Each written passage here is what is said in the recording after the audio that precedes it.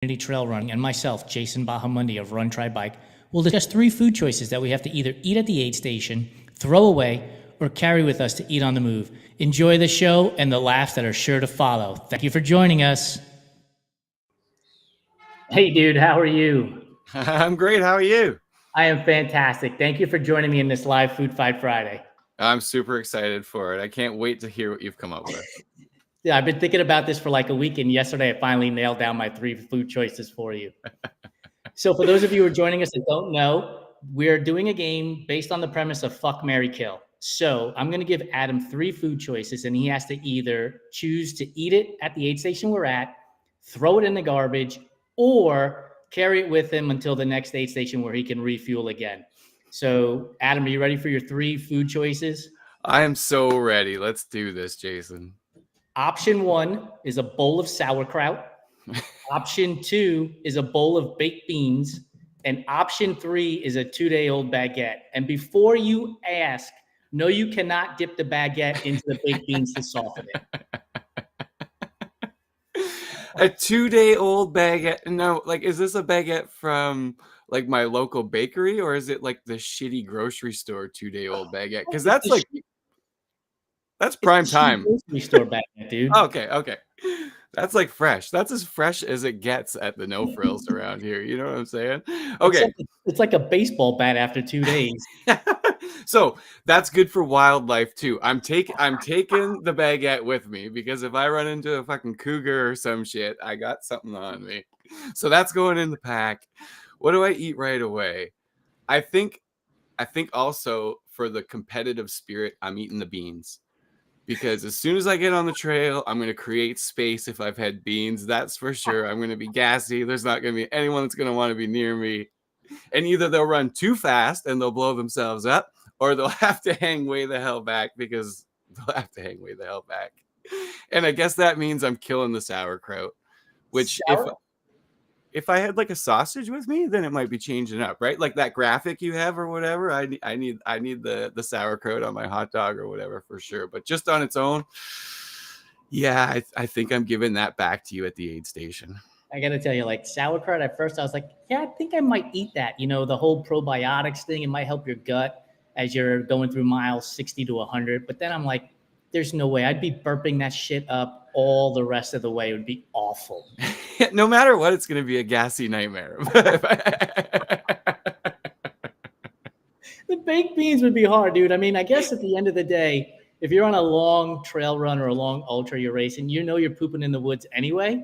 So this is just going to help with that scenario. So yeah, eating it immediately. Just lean into it, you know, pull up some chair, maybe even get a little campfire going, like get the whole thing going. You know, I wonder if I would have changed if I would have set up the scenario to be like, it's 104 degrees out. You're at mile 70 and you show up to this aid station and you're just totally wiped out. And you're like, what the hell am I going to eat here? 104 degrees might make that different. I might drink the sauerkraut then. Could you imagine how sick you would be? Like, a bowl of sauerkraut juice. I don't think the aid station. Well, you know what? They don't care. As long as you're leaving, you do whatever you want. I was racing Black Canyon. I think it was 2019 or somewhere in that vicinity. And I got to the last aid station and I was so spent. And I had Coke in a flask and they had pickle juice there. And I was like, can you pour the pickle juice into this Coke flask so I could just drink it and get both the sugar and the saltiness on the way? And the aid station volunteer was like, seriously? And I was like, look, man, we've been racing for like 10 hours. Nothing makes sense anymore. Just pour it in there and let's get going. Barkeep. Coke and pickle juice, please. How was it? It was fantastic until about 30 minutes later, and I was just burping constantly. And each burp, one would be Coke, like flat old Coke, and the other one would be pickle juice. It was terrible after a while. Yeah, it's pretty gross. I was going to present to you one of the options I thought of was roasted potatoes, because I don't know if I've told you this story. When I raced my first 100 miler, or no, it was my third 100-miler, and Is I this went to. is this the hand story? Yeah, did I tell you Yeah. that story? Yeah. So if the potatoes are coming from that pan, I'm with the lady that looked at you like you're diseased. Shit. This dude's at mile 80. He's got boogers hanging out. I know you've pooped in the woods, sweat everywhere. I love that story so much because I just could only imagine her like, oh, he's doing it. He did it. He did the thing. Oh. 7 hours of hard work, and this asshole comes rolling up here, and I gotta start all over again. Right? It's not like volunteering at the aid stations is easy either. So like, what the hell? You know, you've been hauling crap in from like remote roads for days on end, and now this guy comes rolling up, you know. He's like, yeah, I'm just gonna stick my hand in this entire tray of potatoes. The hell with the rest of them. Oh my God. The one thing I didn't present to you though, and I don't know if it would have changed the option, because I do think the idea of the baguette as a bat is a really smart move. But like, how would you carry a bowl of baked beans or a bowl of sauerkraut to the next aid station? I think you're just like you're cruising, you know, like you're gonna just take your time, like taking some sights. I think that's the way it's gonna have to be. Yeah. The competitor's running next to you, and you're just like, yeah, look at me and my baked beans. Right? Bite.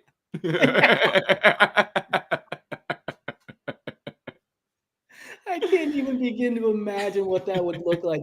You know, like imagine like it's at an aid station where you got to now start climbing, right? So you're like holding a trekking pole in one hand and a pole in the other. You're trying to maneuver. The other part of that though is like, as hilarious as it is, it wouldn't shock me. Like if I cruised past an aid station, yeah, and someone's rocking a bowl and eating whatever, I'd be like, yeah, okay. Dude, some of the weirdest shit I've seen in races. So I raced Ironman Texas years and years ago, and it was like 110-degree heat index. And we're doing the marathon, and this dude pulls out a Whopper out of a bag at the special needs bag during the run. And all I'm thinking to myself is that mayonnaise has been baking in the sun for like 2 days now, dude. Like that cannot be good. Like there's no way you make it through the end of this run without shitting yourself. There's no way. If you know that you're already gonna shit yourself, then and you have the Whopper in there, then I say like pull the cord. Let's do this. Like sometimes you need that fast food pick me up. I don't know about that. Like, I will eat just about anything, but that just turned my stomach. I was like, there's 2-day-old mayonnaise sitting in the sun. It's 110 degrees out. Like, there's just no way. I used to have an iron gut, and now I have nothing even remotely close to that. But I still have this like weird hang up. Like, it'll be fine.